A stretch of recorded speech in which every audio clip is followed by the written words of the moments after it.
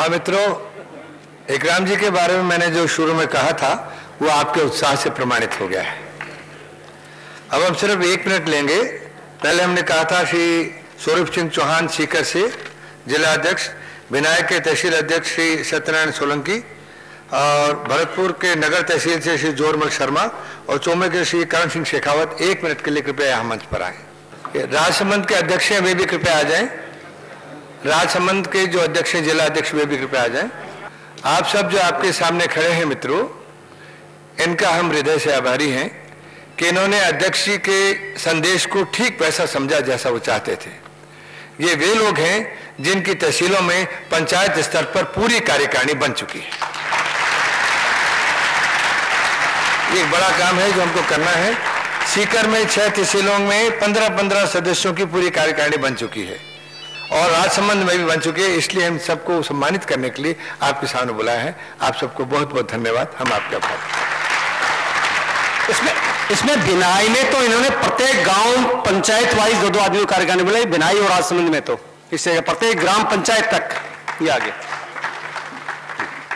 विराज जी sir, आज हमने आमंत्रित किया था राजपूत महासभा के सदस्य, क्षत्रिय महासभा के सदस्य, प्रताप फाउंडेशन, सर्व ब्राह्मण सभा, हरियाणा ब्राह्मण सभा के अध्यक्ष और श्री राजस्थान अग्रवाल सभा के अध्यक्ष, यादव सभा के अध्यक्ष, इन सबको हमने आमंत्रित किया था।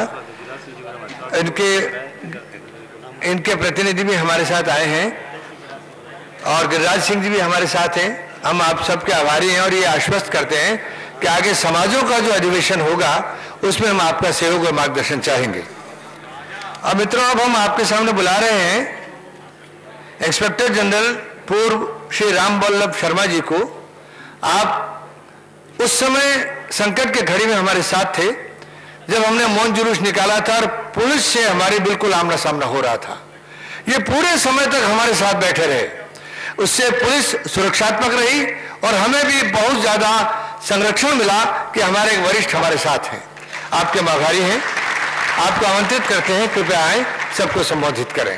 परम आदरणीय जस्टिस पानाचंद जी, भागीरथ जी शर्मा, इकराम राजस्थानी जी, श्री खींचा, श्री ऐसे ब्रिगेडियर साहब, एन तिवारी जी, साथ ही संभाग, जिला एवं तहसील स्तर से पधारे हुए समता आंदोलन के पदाधिकारीगण, सबसे पहले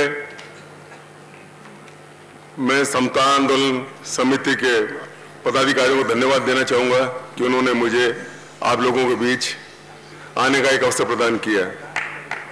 ये एक ऐसा अवसर है जब आप और हम आपस में अपने विचारों का आदान प्रदान कर सकते हैं। मुझे बोलने का मौका इकराम राजस्थानी जी के बाद मिला है तो वो हाथ से विनोद तो नहीं रहेगा, मेरे थोड़े से विचार गंभीर रहेंगे, इसलिए मैं आशा करता हूं कि आप उसी भावना से मुझे सुनने का प्रयास करेंगे। आपके सचिव महोदय ने एवं संभागीय जो प्रांतीय अध्यक्ष पारासर जी ने समता आंदोलन की जो गतिविधियां हैं, अब तक की जो प्रगति है वो आपको बताई। नागराज का केस है या इंदिरा साहनी के केस है, उन सबसे आप भलीभांति परिचित हैं, उनके बारे में मैं चर्चा को बताना नहीं चाहूंगा। मैं केवल आप लोगों से दो शब्द कहना चाहूंगा कि ये आंदोलन किस तरह से आगे बढ़ सकता है। जो व्यथित है, मैं अपने बारे में बताऊं कि जो समय मैंने देखा है कि स्टेट सर्विसेज में शायद ही किसी स्तर पर कोई अधिकारी बिना इसका दंश सहे आगे बढ़ा हो। स्टेट सर्विसेज में मैं जो डीवाईएसपी के पद पर चयनित हुआ, उसके बाद एडिशनल से बना, फिर 3-4 स्केल और मिलती है। शायद कोई एक स्केल ऐसी रही होगी कि जिसमें मुझे कोर्ट के में जाना पड़ा हो। पूरे बैच को मैं अपने लिए नहीं कह रहा, सभी के लिए कह रहा हूं। तो ये स्थिति आप लोगों की है, ये स्थिति विभिन्न विभागों के अधिकारियों की और कर्मचारियों की है। ये क्यों बनी, ये इससे आप भी परिचित हैं। और समता आंदोलन ने जो ये चला के एक नई जागरूकता पैदा की है, उसका जो फायदा है वो नेचुरली आने वाले समय में आप सभी को मिलेगा। ये सवर्णों की जो समस्या थी, इसकी वेदना जो थी, उसको केवल वही व्यक्त कर सकता है जिसने सहा है। मैं भूतपूर्व मुख्यमंत्री जो अपने उपराष्ट्रपति हुए अपने इनका भैरव सिंह शेखावत, उन्होंने जो 9, 8, 18 और 27 का जो ये प्रावधान रखा, उससे थोड़ी सी इज्जत आप लोगों की और हम लोगों की बची रही, जिससे कि एक जो फीलिंग जो आती है ना, एक कनिष्ठ अधिकारी पदोन्नत होकर जब आगे जाता है, लेकिन वेतन की विसंगति नहीं होने से थोड़ा राहत मिला, और थोड़ा नहीं, मैं तो कहूंगा बहुत ज्यादा राहत मिला। तो इस राहत को अब जो समता आंदोलन ने स्थायी राहत के रूप में आप लोगों को दिया है, इसके लिए आने वाला समय इनका आभारी रहेगा। और स्वर्ण अक्षरों में जब भी इसका इतिहास लिखा जाएगा तो पाराशर जी का नाम और सभी आप लोगों का नाम एक यादगार के रूप में रहेगा। अब जो मैं निवेदन वास्तव में करना चाहता हूं वो निवेदन है कि जैसे आपका गीत सुना जगाना है, तो जगाने के लिए केवल मंत्र पढ़ने से या भाषण देने से जगेंगे नहीं, इसके लिए आपको वास्तव में धरातल पर उतरना पड़ेगा, जमीन में उतरना पड़ेगा। अब आपने जैसे भी कहा कि गई बार जब शक्ति प्रदर्शन के लिए इकट्ठे हुए थे, उस दिन मुझे वास्तव में दुख हुआ, क्योंकि जो ताकत हमारे पास होनी चाहिए थी वो ताकत नहीं थी, और उस ताकत को जुट गई। ये आवश्यक है कि हमें गांव-गांव तक जाना पड़ेगा, गांव-गांव तक मेहनत करनी पड़ेगी। आपने जो फॉर्म दिया है कि और जिसमें लिखा हुआ कि ये फॉर्म आज ही आप भर के जाएंगे, ये बहुत जरूरी है। और मैं तो इनसे निवेदन करूंगा कि आफ्टरनून के सेशन में इसमें रिलैक्सेशन दे दें, अभी भरने के बजाय वो भी भर दें, जो नहीं भर सकते हैं वो बाद में भर के भेजें, क्योंकि जब तक डेटाबेस आपका नहीं बनेगा तब तक आगे सब जो संख्या नहीं बढ़ पाएगी, और संख्या नहीं बढ़ेगी तो हमारी कहीं स्टैंडिंग नहीं रहेगी। क्योंकि डेमोक्रेसी में जो महत्व रखता है वो कानून और कुछ नहीं रखता है, एक सबसे बड़ा जो बल रखता है, अब वो बल किसी का भी हो सकता है, मेजोरिटी किसी की भी हो सकती है। अंग्रेज तो कहते थे मेजोरिटी कंसिस्ट ऑफ फूल्स, लेकिन डेमोक्रेसी में फूल्स ही डेमोक्रेसी को चलाते हैं। और देख रहे हैं ना आप, सारे कोर्स के निर्णय हो चुके हैं, सब कुछ अपने हाथ में है, उसके बाद आप इम्प्लीमेंट नहीं करवा पा रहे हैं। क्यों नहीं करवा पा रहे? क्योंकि डेमोक्रेसी में आज अपना से नहीं है, और जिनका से है वो लोग उस गलत निर्णयों को भी उसका फायदा उठा रहे हैं। लेकिन सबसे बड़ी जो डेमोक्रेसी की ताकत होती है कि गलत निर्णय ज्यादा नहीं चल पाते। There are many ills in the democracy, बहुत बुराइयां हैं, लेकिन जो प्रशासन जो शासन का है सबसे बेस्ट तरीका है। पूरे विश्व में आप देखेंगे जितनी शासन की पद्धतियां हैं, वो डेमोक्रेसी से बढ़कर कोई पद्धति नहीं, अच्छा शासन की प्रणाली नहीं है। लेकिन इसके लिए क्या है कि आपको संघ शक्ति कली होगे, मतलब जब तक आप शक्ति नहीं होगी तब तक कोई मानेगा नहीं आपको। अब चाहे वो किस आधार पर आप शक्ति एकत्रित करते हैं, तो समता आंदोलन अब एक नाम कमा चुका है, राजस्थान में ही पूरे भारत में इसका नाम हो चुका है।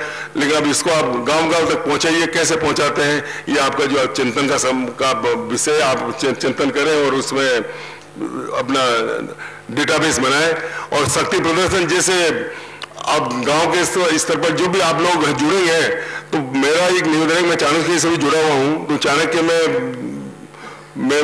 जब कभी भी इसका बैठ के और चिंतन करता हूं चाणक्य क्यों नहीं सफल हो पा रहा, तो उसमें क्या पिरामिड नहीं है, सब समान है, सब काम कर रहे हैं, अपने अपने स्तर पर सब काम कर रहे हैं। लेकिन इसमें आपको तो पिरामिड भी बना हुआ है, लेकिन ये पिरामिड ऐसा है जिसमें ऊपर के स्तर पर तो बहुत काम हो रहा है। मैं अपनी ये मेरी निजी राय है, कृपया अन्यथा नहीं लें, न पदाधिकारी न आप लोग। इसमें पिरामिड बहुत काम कर रहा है, पिरामिड का ही आउटकम रिजल्ट आ रहा है। पिरामिड के नीचे जो पिरामिड आप जानते हैं ना कि जिसमें नीचे बहुत बड़ा होता है और ऊपर जाके वो जाता है, तो ऊपर वाला जो वर्ग है बहुत सक्रिय है। अब उसी तरह से सक्रिय कैसे ये बने, नीचे वाला वर्ग बने, और वो तो ही बन पाएगा जबकि आप जन जन को इसे जोड़ेंगे। अब जन जन को कैसे जोड़ें ये आप इसका चिंतन करें, मनन करें। बाकी बोलना तो मैं बहुत कुछ चाहता हूं, लेकिन कहना नहीं चाहता। मेरा तो ये है कि एक मरी हुई चिड़िया को यहाँ की जो सरकार के मुखिया है वो अपनी मुट्ठी में दबाए बैठे हुए हैं, गिरा नहीं रहे उसको। आरक्षण में जो पदोन्नति की चिड़िया है ना, अब वो चिड़िया उसको क्या है कि एक बार को तो दिखा रहे कि मरी हुई है और एक बार को दिखा रहे कि ये जिंदा है। अब एग्जैक्टली वो मरी हुई है, तो अब उसको आप कब लोग अपने इससे गिरा पाते हो उनके हाथों से? जो सब जो दुनिया देख पाए, पूरा आप लोग सारा पूरे सब देख पाए इसको कि ये वास्तव में मरी हुई है। अब मरी हुई है सब जानते हैं, दिख रही है, आपको भी दिख रही है, लेकिन ज्यादा दिन चलने वाला नहीं है। एक अंत में फिर मैं लास्ट में कहूंगा कि वो भी जो शक्ति प्रदर्शन तुला हुआ है कि मेरी अपनी मान्यता है कि जो आने वाला समय है, जो चुनाव होने वाले हैं, उनमें जो भी 87 है या 87 नहीं है, मेरे को ये लग रहा है कि आईसीयू में भर्ती होने वाले हैं। जो स्थिति आईसीयू में है ना, वो आईसीयू में एक मरीज की क्या स्थिति बनती है, तो वो स्थिति इन दलों की रहेगी। तो इसमें इनको यदि एहसास करा दिया जाए कि हम कम नहीं है, और उसके लिए वही फिर अपने को ताकत चाहिए। अब ताकत कैसे बनेगी? और इनका एक गलतफहमी इनके दिमाग में ये थी ना कि साहब ये किसी वर्ग के विशेष को साथ लेकर हम लोग सरकार बना सकते हैं। और हमने यूपी में देखा ही, आपने ये गलतफहमी हटा दी, तो ये गलतफहमी यहाँ भी आपको हटानी है। और ये आप तभी हटा पाएंगे इनकी गलतफहमी को जब धरातल पे भी इसको पिरामिड को जितना चौड़ा कर सके उतना चौड़ा करेंगे। अंत में मैं आप सभी लोगों का आभारी हूँ। और सेवानिवृत्ति के बाद मैंने भैया पास ही गाँव है हाथोस, वहाँ पे एक स्कूल खोल रखा है सभी के लाभार्थ। और आप भी समता आंदोलन वाले भी अधिकारी, इनसे भी मैं अनुरोध करता रहता हूँ कि मेरी सेवाएं कभी लेना चाहें, मैं हमेशा साथ हूँ। और तहे दिल से मैं यही भी ईश्वर से प्रार्थना करता हूँ कि समता आंदोलन फले फूले और आगे आगे बढ़ता रहे। एक सजेशन मेरा और है अंत में, वो सजेशन अभी के लिए नहीं है, वो आप इसको साल भर 2 साल बाद लागू कर सकते हैं, या जब आपका ये फैसला पूरी रूप से लागू हो जाए तो एक टोल फ्री नंबर आप चालू करें, तो जिसमें भी, क्यों ये दुखी पे अधिकारी और कर्मचारी बहुत मिलेंगे आपको, तो जो भी एक आपका जो सेंट्रल ऑफिस है वहां पे एक नंबर हो टोल फ्री, उस टोल फ्री नंबर पे वो अपनी वेदना बताए। जैसे सपोज मैं ही हूँ कि साहब मेरे को पदोन्नति में मेरे साथ अन्याय हुआ है और अन्याय हो रहा है, तो मैं टोल फ्री नंबर पे वो अपनी कंप्लेंट भेजूं, लिखित में भेजूं और वहां पे दर्ज कराऊं। और सेंट्रल ऑफिस का केवल एक काम होगा, वो कि उस कंप्लेंट को कंसर्न डिपार्टमेंट को भेज दें, और भेजने के बाद में कार्रवाई कुछ नहीं करनी है, केवल उसे एप्लीकेशन, जो मैं हूँ या जो भी कर्मचारी है उससे केवल एक एप्लीकेशन लगाए राइट टू इन्फॉर्मेशन एक्ट में कि साहब 1 महीने भर पहले मैं ये एप्लीकेशन दी गई थी, इसमें क्या कार्रवाई हुई। तो इतना सा ये कर लेंगे तो जो कई ऐसे व्यक्ति जिनको पता नहीं है और गाँव में बैठे हुए हैं जो नहीं कर सकते हैं, या हर स्तर के चपरासी भी हो सकता है, बाबू भी हो सकता है, अधिकारी भी हो सकता है, अधिकारी तो अपना अधिकारों के प्रति जागरूक रहते हैं, लेकिन जो सबको जो समता का आपका जो है ना, ये समता का रियल अर्थ में जो समता में लागू करना चाहता हूँ पदोन्नति में, वो इस तरह से भी समता आंदोलन एक जुड़ सकता है हर आदमी से, हर कॉमन से। तो ये टोल फ्री नंबर वाला नोट कर लें, सजेशन है मेरे, तो इनको अभी इसकी आवश्यकता भी नहीं है, लेकिन अब चुन निर्णय कब तक चलेगा? अब तो दिख रहे हैं कि ताश के पत्ते सामने आएंगे, कब तक छुपे रहेंगे, कब तक आप नीचे करके रखोगे, सामने लाने पड़ेंगे आपको। तो अंत में मैं आप सभी को धन्यवाद देना चाहूंगा और आभार व्यक्त करना चाहूंगा। जय समता आंदोलन, जय।